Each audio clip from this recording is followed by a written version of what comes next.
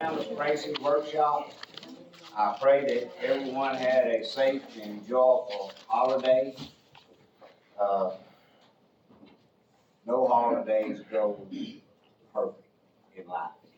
The older we get, the more we understand it. Sometimes it's the passion of it, but I'm glad to see those of you as present come out to be supportive, to add your value and comments to things that's going on in and around the town of Plain City. This is your home, your town. You have a say. And I listen. Okay. That being said, we will get started with our agenda for our workshop here tonight. Number one on is discussion of proposal for the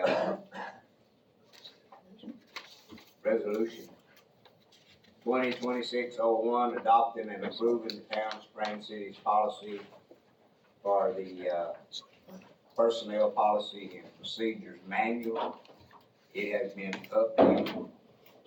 I have had a copy to look over and view personally. It's been emailed out to us.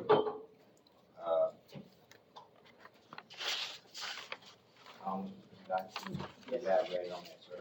Yes, thank You you. had all the fine details. Yes, thank you very much.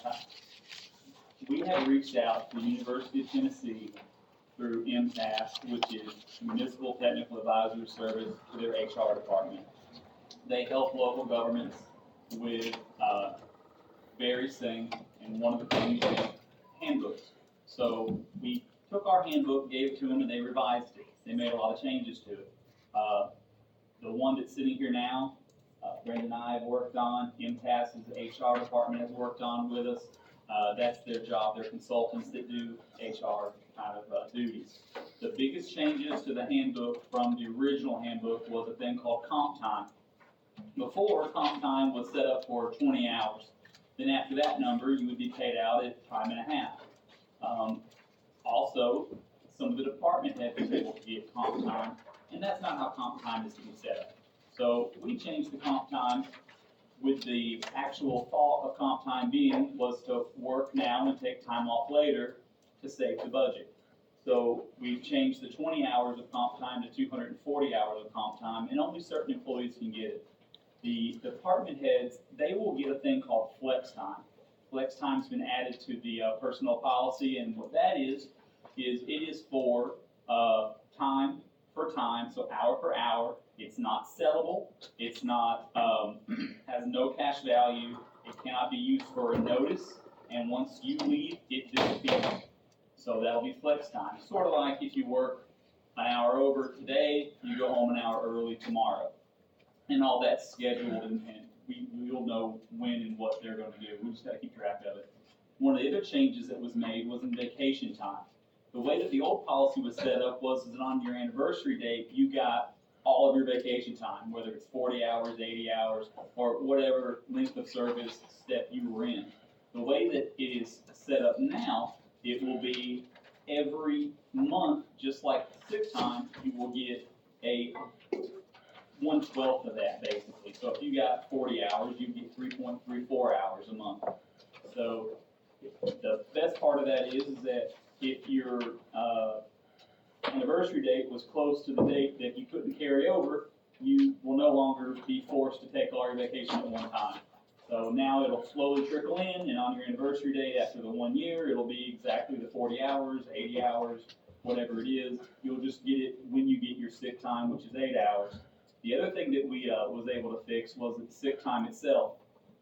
Sick time was set up through the Tennessee Consolidated Retirement System, has it so that every 160 hours of unused sick time counts as 1 month of length of service for your retirement. So basically, it was set up here that every 700, after 720 hours, it would then go to towards sick time. But TCRS changed that many years ago, so we updated the handbook to take that out. And now every 160 hours goes towards your length of service with your time towards your retirement. Because it's counted by months, actually. 360 months is 30 years. So if you have extra months, you can then retire early. Or you can retire at the same time and just add more months on and get more benefit. So it doesn't cost the city anything. It benefits the employees, and it's something that was needed to be fixed. And we went over this thing with a fine tooth comb, updated it. We added other federal changes to it that has happened throughout the time, such as the nursing mother provision to it and things like that. So it is now a very good handbook, and I'm very proud of it. And that's it. Spent a lot of time on that. A lot of time. Thank you. It's to benefit our employees. I hope that, you all get the time to go back through it and review it. As he is explaining, it's had the great blessings from, MPAS. It has their input in it. All of the possible rules and regulations changes to upgrade and benefit the employees of the town of Spring City. I pray that they take pride in the new handbook policy and utilize it to the best of their advantage from this time of employment in the city. So, yeah, next.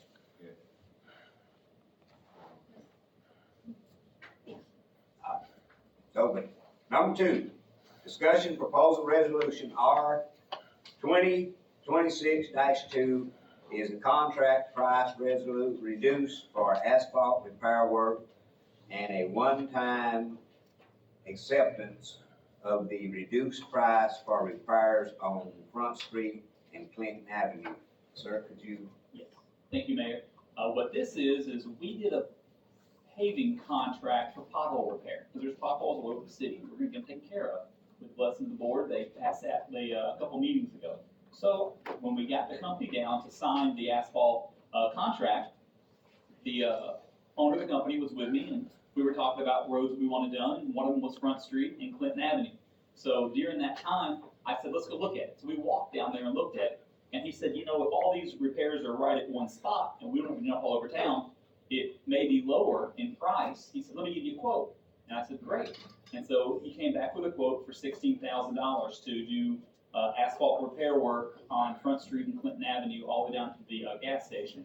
So that'll be the first that we get to see their work, and it probably won't start until when the hot mix plants are back up and running. It may be around March, but tonight we're asking for a one-time adjustment to the contract in price to do a lump sum, because it is less than the original contract. The original contract was $10 a square foot. So this one is like $5.50 a square foot, because he doesn't have to go all over town. He can just run a big milling machine and then do a small overlay in the really bad areas. It will not be the whole road being paved. It will be the bad spots repaired to make the road last longer. So this is a one-time contract amendment, and that should also allow us to get this started and get the first step to getting these roads fixed. We're excited.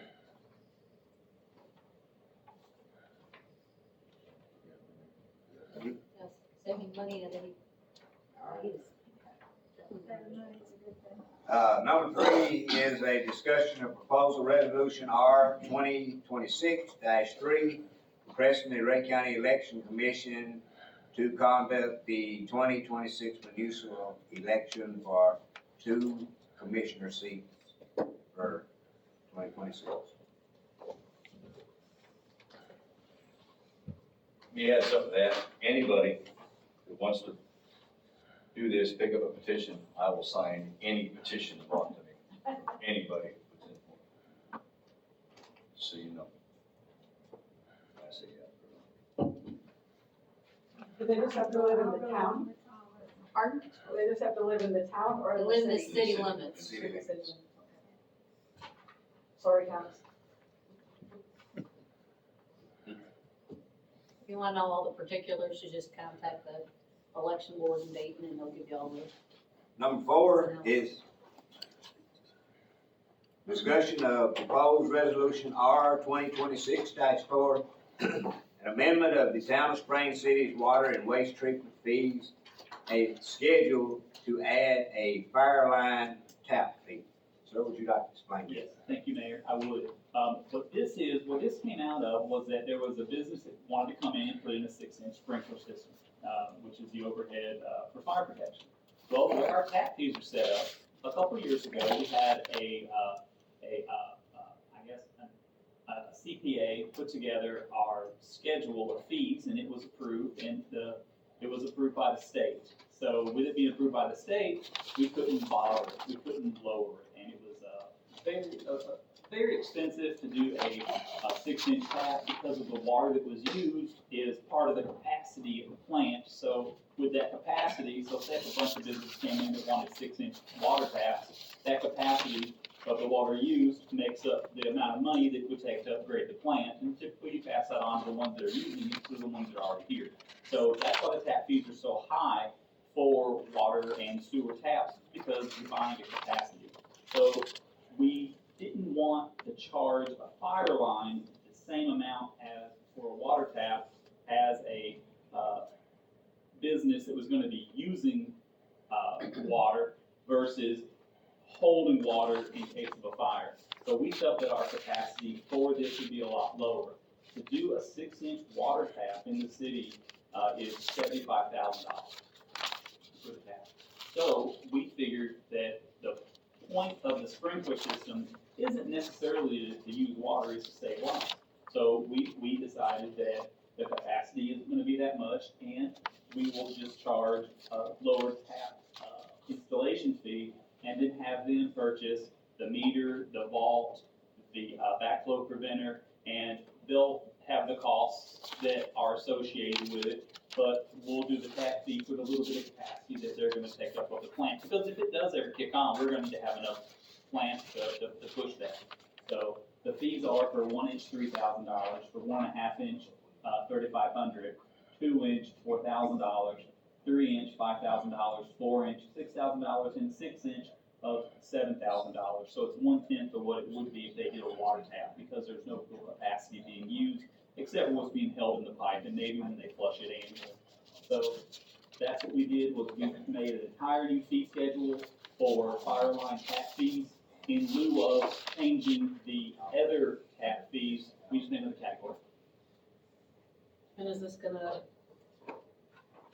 be approved by the state and all the other entities, or how does that work? No, no, it won't be. And how it'll work is that it'll be codified into your municipal code. It'll be in addition to what's already there. Because the state had approved the other fees, and I think it was a water equalization board that approved the other fees, something along those lines, that couldn't be followed.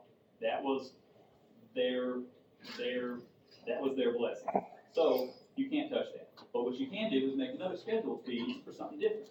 So this is something completely different. A fire line is completely different than someone using 6 inches of, 1,500 gallons a night in a water line. So it's mainly an amendment or something? Yeah, what this will be is this will go into the, into the book, into your municipal code in that section. So once a year, MTS takes our municipal code and they add all the ordinances and resolutions that are passed by the board, and this will be one of the amendments that'll be added to the municipal code under the water and sewer section of the municipal code. And what this boils down to is there's a lot of cost in materials that goes along with putting such taps and things in. And if you read the rest of it, they paying us a one-time fee for a tap, but they have to be responsible to buy all the hardware, the vault, the valves, all the bells and whistles. They purchase that to put there. Now, after they purchase that, that becomes under our control and jurisdiction. Is that correct? It's donated to us. It's donated to us. So, it looks good on paper until I guess they go to the engineers and do this final analysis as okay, we can get a tap fee for this amount of money for this size line. We gotta have all these bells and whistles to go with it, and what's the cost?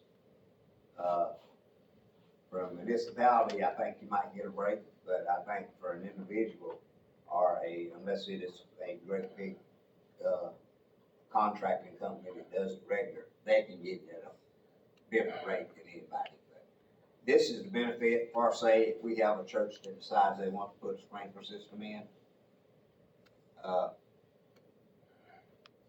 they can get a tap, but there again, they gotta get all the bells and whistles to go get it.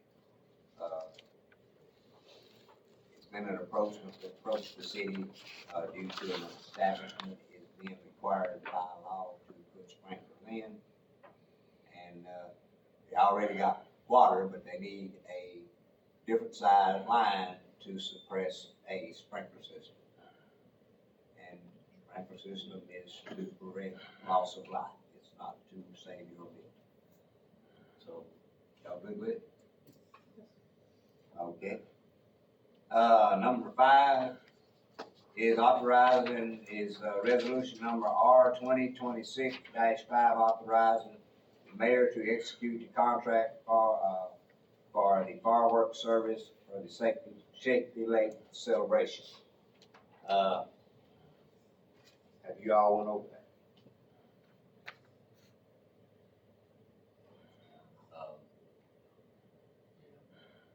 Okay. Because, if need be, after you observe it, look over it, and Mr. McCormick went over it today, we were in discussion about it this morning.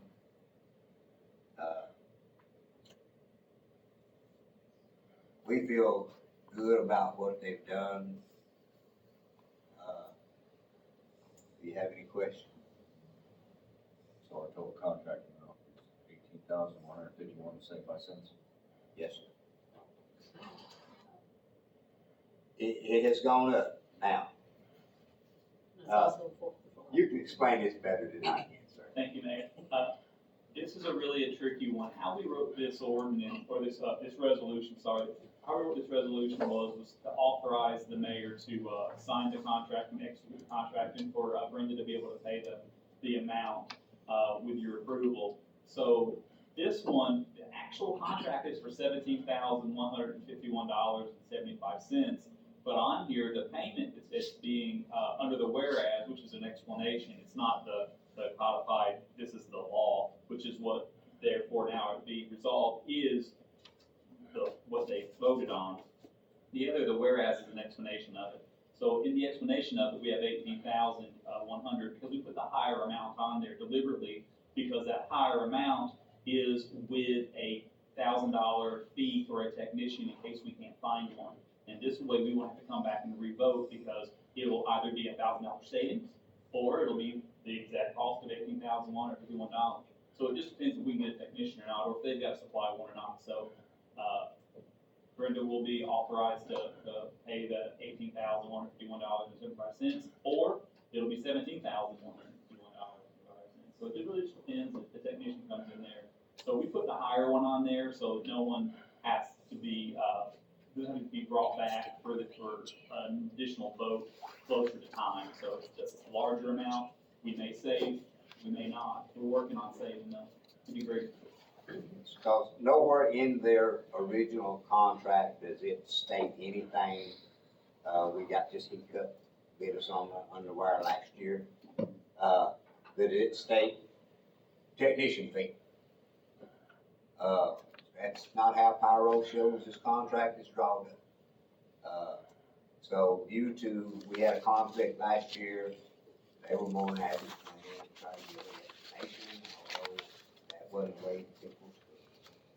So this year, it's already in writing, just in case there's a hiccup, in case the town of Spring City can provide a licensed technician to do the demo for the fireworks. We're responsible, so that $1,000 goes additional onto it. But if we have somebody, and Thomas and I talked about it, we feel sort of like most of this covers a sort of a liability insurance for that particular person there. You under Iro Show's contract and you under their insurance umbrella if something goes south. So we were thinking in that line since it was $1,000, of course. I know I'm gonna make $1,000 to show up and shoot fireworks, and I'd jump all over, I said. That's what it's at. Do we have anybody that's, I know we had talked at one meeting, there's a couple people considering going through it, or is that still? We have heard that of some people being interested in going to it. I did have a person communicate with me earlier this week that he knows of some young men that are sort of kind of like rooted in the Spring City area that may be interested. He said that I could blow up. I mean, he said, let's get them licensed. So, Legal way to do it. that's a legal way to do it. He hasn't gotten back with me. Of course, he says he won't see them probably Sunday at church, but that's an ideal. If these young men are interested in it and are willing to do such and go take it. I'm always in the more the merrier. Just living on one man's shirt sleeve, that's not very good business. So we good for this. When does the deposit have to be paid? It's in the paperwork, I think it's February, is that right? Yeah, pretty soon. The first hike has to be sometime in February, I can't remember the exact date. Yeah, it's on the, invoice, thank you, that's where it's at. Okay, I'm good with that. All right, number 6 is a discussion of proposal resolution R 2026-6, a one-year sublease of the depot building to the Spring City Chamber of Commerce and authorizing the mayor to execute this sublease.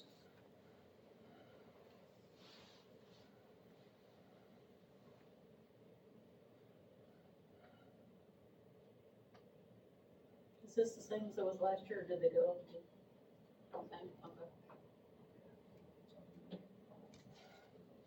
Okay. Okay. And it's a benefit to the town, and it benefits the chamber. It's an open, active facility for us to have guests when they come visit our town.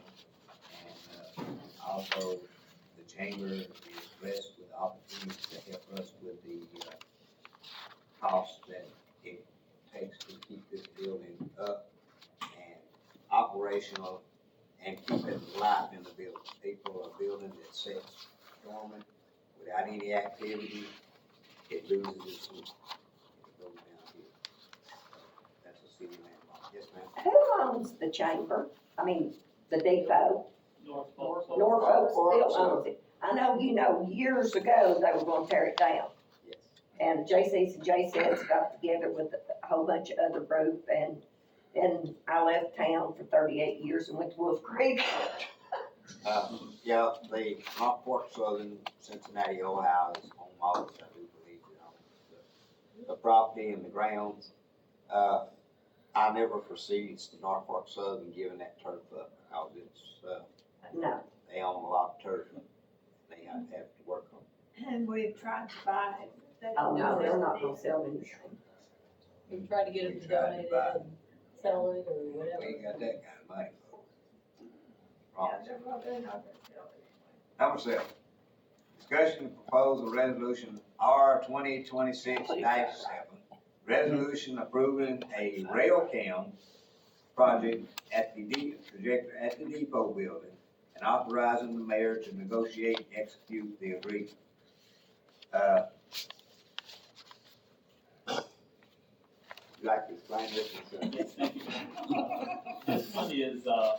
This one touches on to a lot of things. One of the things that it's gonna do for us that fits the, public use or, public purpose doctrine is that, it will be an advertisement for the, town of Spring City.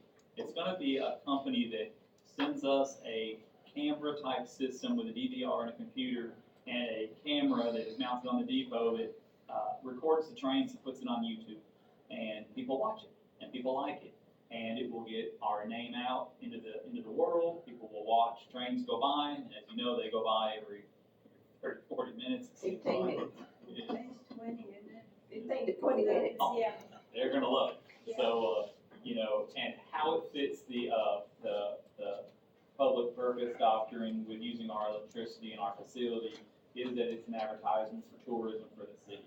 So in this, resolution, it speaks on that it promotes tourism, community visibility, and economic development. So if, you guys decide to pass this to allow that company to come in and put their, camera on, then it will do a lot of benefits for the city with the live stream, so. What's it gonna cost us?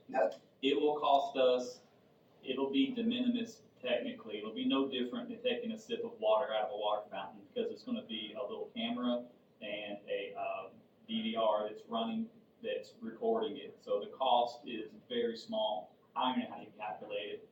It's a little bit of electricity, they supplied all the equipment, the, camera, I think we've gotta get, and put 2 screws in to put it on the depot, and then the electricity costs, and Wi-Fi is pretty much free as long as you have it, which we already have it. So the only costs that will be incurred by the city will be the running of the DVR system that operates the camera. So it'll be very small. When we had somebody approach us several years back about doing the same thing. And some of you know that my husband and I are into trains and all that. And it's, if you go to, I think it's called Folkestone Funnel, someplace in Georgia, there's a place, a town that had this, and you can see what it does. There are people that follow trains, they're trying to see, certain engines, certain cars, that they're keeping track of all of them because they're looking for a certain one. It sounds kind of goofy, but if you're into trains, it's a really big deal. People will come from all over if they know it. We have this camera, not just online, but it's also they'll come here and help promote, our businesses downtown and, well, not just downtown, but in the area, so You know what I mean? it's neat. It's neat, they call it kart tracing, and what they do, they trace train cars from one place to Oh, another. yeah. If you've ever Based been on on a the one, number and the logo, they know where it gets dropped off. If you ever curious, he's not a little feller anymore, he's a skinny little kid, takes Oh. videos of the train out here. Oh, yeah. Braden? Tom, I think it's his name. yeah, Tom Braden Kilby. No, No, no, not this is Braden. different, you're talking about the Kilby's over here, but this is a little kid that killed before about training, if you ever imagine. Reason why that caboose has got yellow on it, he marked with a pencil everything that needed to be marked yellow on that, because we was reading back when we started remodeling. Yeah. He said, well, I wish you'd fix it like it's supposed to. He said, the rails are supposed to be yellow, and I said, what rails? So I give him a piece of chalk, and I put chalk on it, one of the rails is supposed to be yellow, so that's why they're yellow. That's cool. He knows the original train number. Yep. That goes on it. The one in Rockwood, he said, that's the wrong number.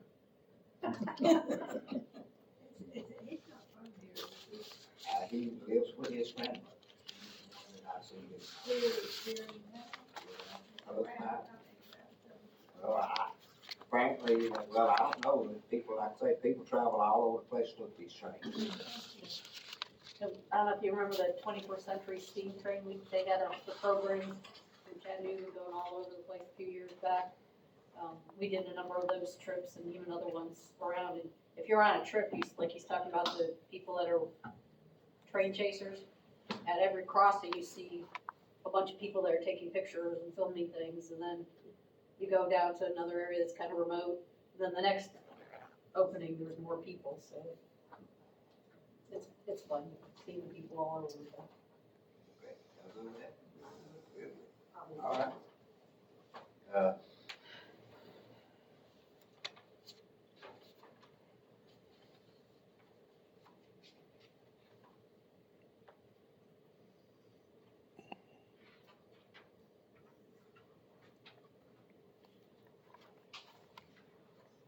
Got any other discussion for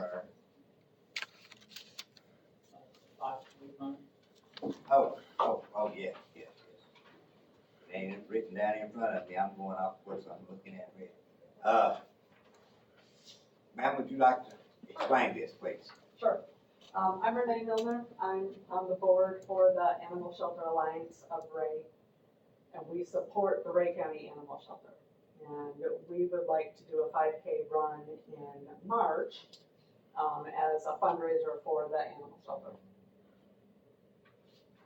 And we would want to do it in the nature park. And I think when we did the Laurel Dash, Laurel Days, Laurel Base, did we stay just in the park or did we come out and go? they went in town. Okay. Chief, do you have any recollection of that mapping that they done for the Laurel Days 5K run? It went up, Jackson, West Jackson, across Church Street, and back down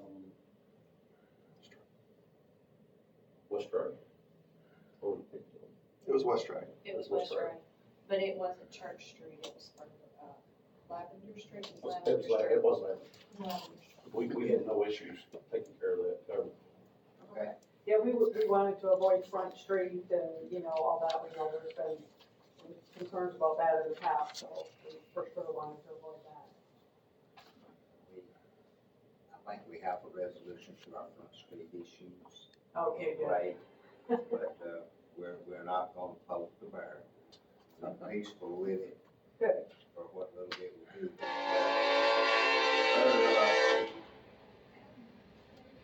And there we go with the rain.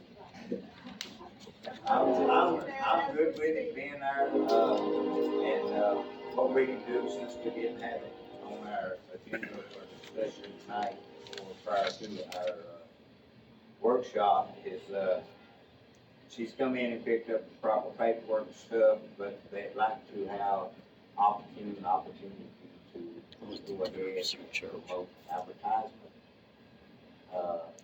And we would, pass this based on, final approval from our police department due to the fact that it reflects more of them than it does us. And, we'd like to work with them proactively and, let him go through the details. He's already given her basically format of what they've done. You can give it him and that can be put in writing on your application. That way we have no prior hiccups in place going forward.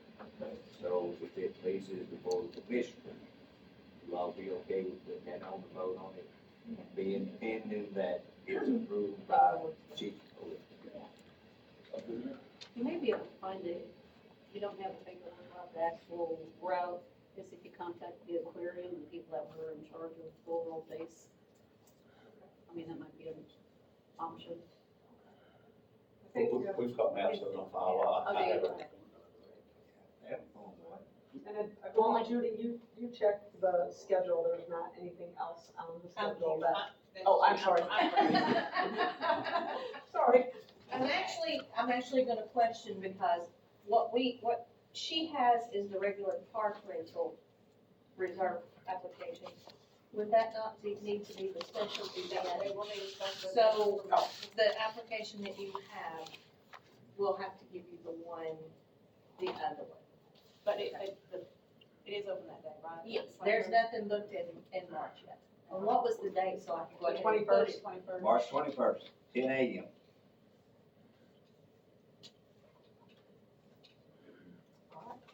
Thank you. People and pets welcome, so that means any pet you wanna bring and run, you can. Alligators, crawfish. What's it called, I'm sorry? Run for the rescues. Run for the rescue. Okay, so that way. Oh, so you're supposed to have an animal with you? Huh? You're supposed to have an animal with you? Pet, people and pets are welcome. Oh, Pets Well, welcome. once you get there. Anybody got anything else for our 5:30 meeting? Concern? If not, we'll consider this meeting. May I get a motion to adjourn? Motion adjourned. And second? Okay. All right. Motion adjourned. Next meeting is gonna be at, 6:30.